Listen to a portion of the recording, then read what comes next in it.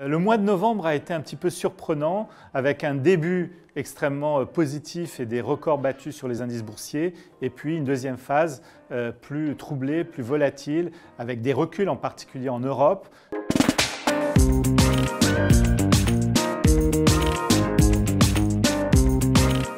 Sous l'effet de deux éléments, d'une part un durcissement du discours des banques centrales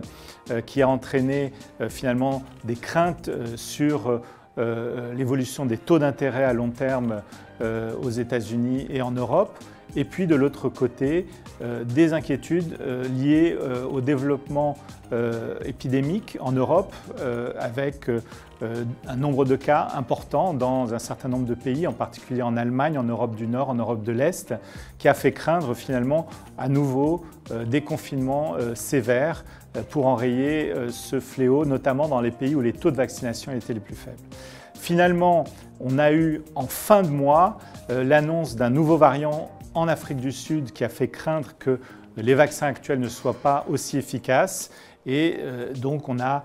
fini le mois sur une note de prise de bénéfices,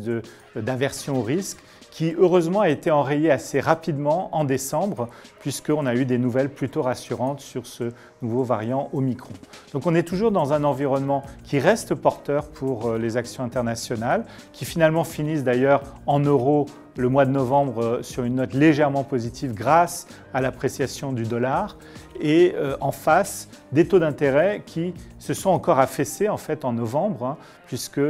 on a un Bund à 10 ans qui est en dessous de 0,30, moins 0,30 aujourd'hui et donc des conditions financières qui restent quand même très favorables et peu d'alternatives au marché d'actions.